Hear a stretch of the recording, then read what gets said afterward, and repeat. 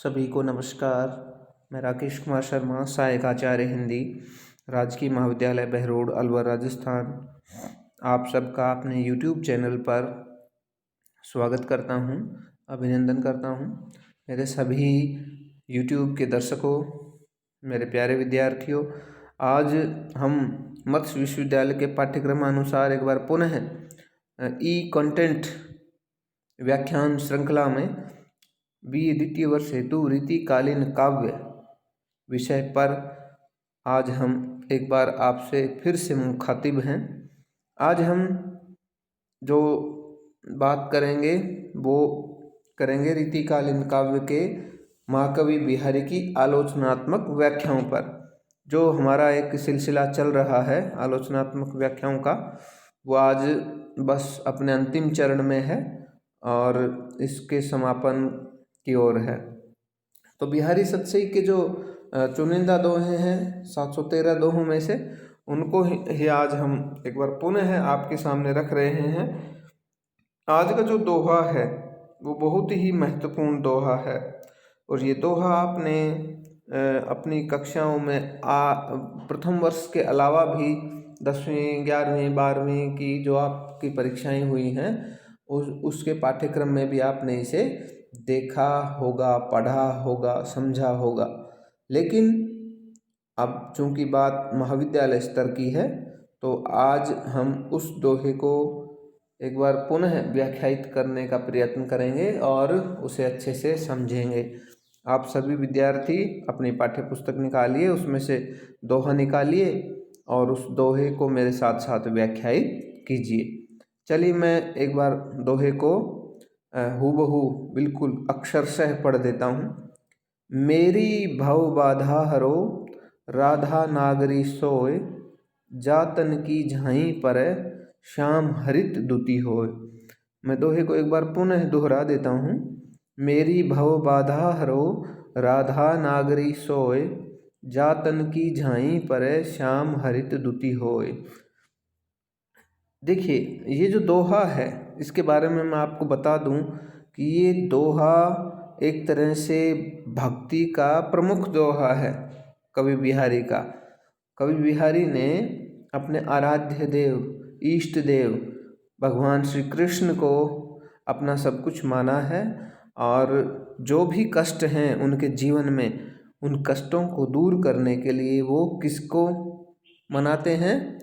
कृष्ण की जो प्रेयसी हैं राधा जी, उनको मनाने का प्रयत्न करते हैं।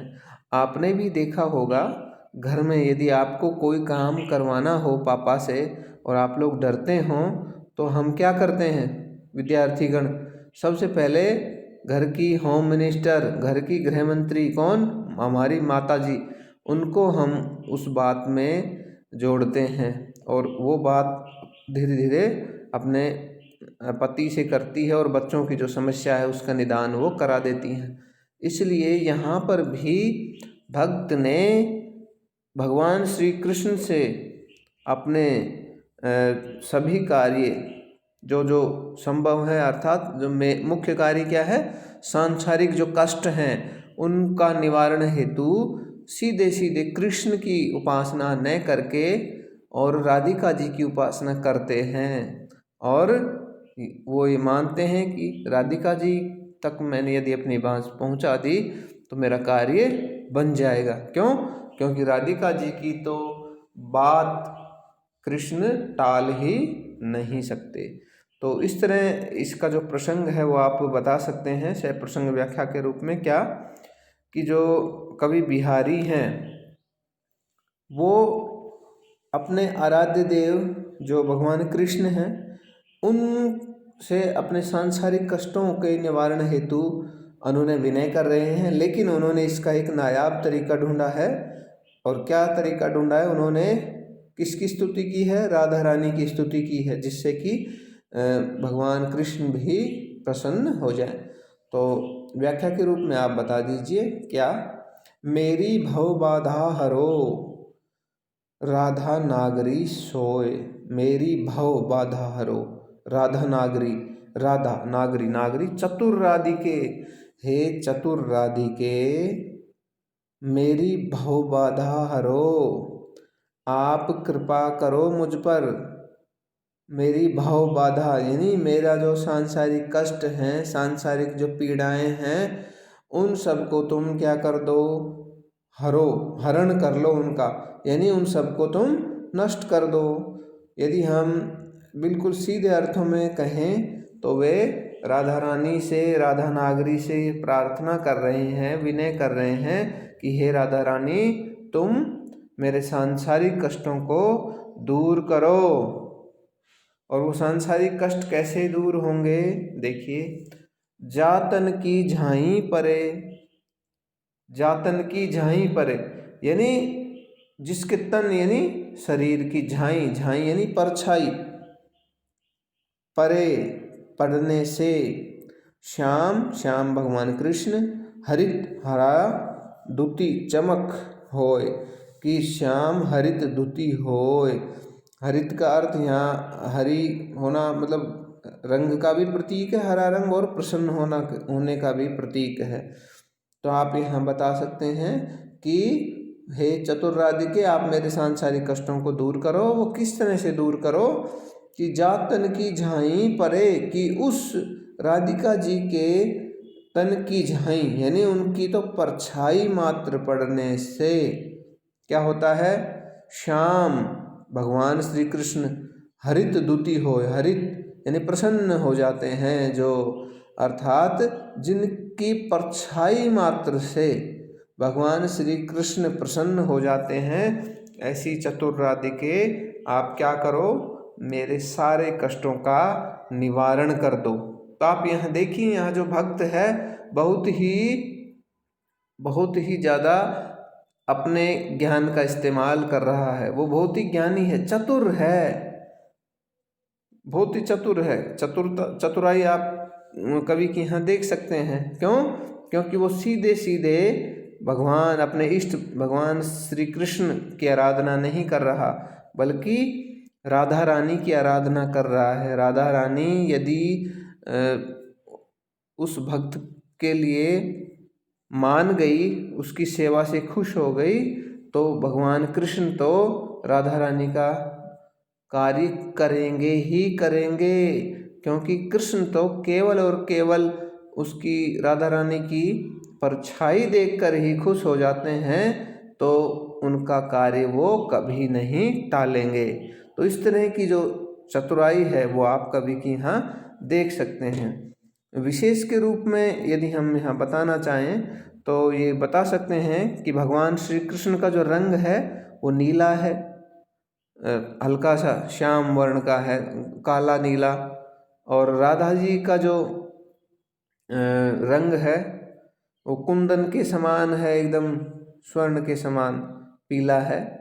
और इन दोनों का जो यदि मेल हो जाता है, सम्मिश्रण हो जाता है, तो एक तीसरे हरे रंग की उत्पत्ति होती है। ये विज्ञान का नियम है।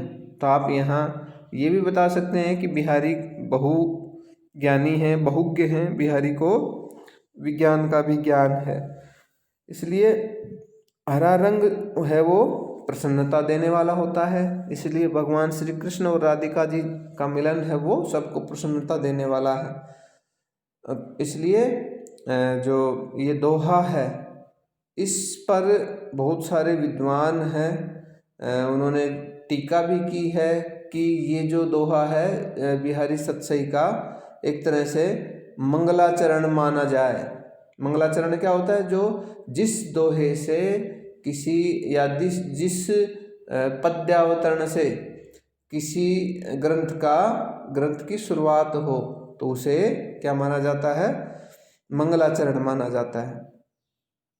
लेकिन हम जो बिहारी सतसई है उसके आरंभ में इस दोहे को नहीं देखते हैं, इसको बीच के दोहों में ही पाते हैं। जब आप बिहारी सतसई का बड़ी कक्षाओं में जब MA करेंगे, MPhil करेंगे, तब इसका अध्ययन करेंगे, तब आपको पता चल जाएगा। तो कहने का अर्थ ये है कि जो राधिका जी का रंग, कृष्ण का रंग, दोनों मिलकर एक तीसरे ही रंग की उत्पत्ति करते हैं, हरित रंग। इसलिए जो कृष्ण हैं और राधा है, उनका जो मिलन है वो क्या होगा, सबको सुख देने वाला होता है। पीला रंग है वो नीले रंग की जो हल्की कालापन है, कलुषता है, उसको दूर करके उसको क्या बना देता है, पीला और नीले का मिलन होकर हरे बन जाते हैं वो। इसलिए कवि राधिका जी द्वारा अपने सांसारिक कष्टों की कलुषता जो है उसको दूर करने के लिए उन्हें प्रसन्न करने का प्रयत्न कर रहे हैं और हरा रंग प्रदान करते हैं उन्हें और उनसे प्रार्थना करते हैं। यहाँ पर जो राधिका जी हैं वो सांसारिक कष्टों की जो एक कलुषता है उसको दूर करने का प्रयत्न है कवि द्वारा राधिका जी के माध्यम से। इसलिए वो राधिका जी हैं भगवान श्री कृष्ण के जो श्याम रंग है उसी को वो क्या कर देती हैं, अपनी आभा से हरा बना देती हैं। श्याम प्लस स्वर्ण इज इक्वल टू ग्रीन, हरा। इसलिए वो सबको खुशी देने वाली हैं राधिका जी। तो यहाँ कवि का ये दोहा है बहुत ही ज़्यादा कलात्मक है और ये कलात्मकता का एक उत्कृष्ट दोहा यहाँ माना जा सकता है। तो इस तरह से आप पाठ्य पुस्तक में इसको देखिए, दोबारा से अच्छे से इसको पढ़िए, समझिए और ये महत्वपूर्ण दोहा है आपके लिए, व्याख्या के लिए। तो आज के व्याख्या भाग में अब यहीं समाप्त करता हूँ। आगे भी हम इसी तरह से अपने इस व्याख्या भाग को जारी रखेंगे और समय समय पर वीडियो डालते रहेंगे। आप चैनल को सब्सक्राइब करें। सब्सक्राइब करने से फ़ायदा ये होगा कि आपको हमारे नए नए वीडियो आप तक तुरंत मिल जाएंगे। लाइक करें, शेयर करें। चलिए आज का जो कंटेंट है आज मैं यही समाप्त करता हूँ। जय हिंद, जय भारत।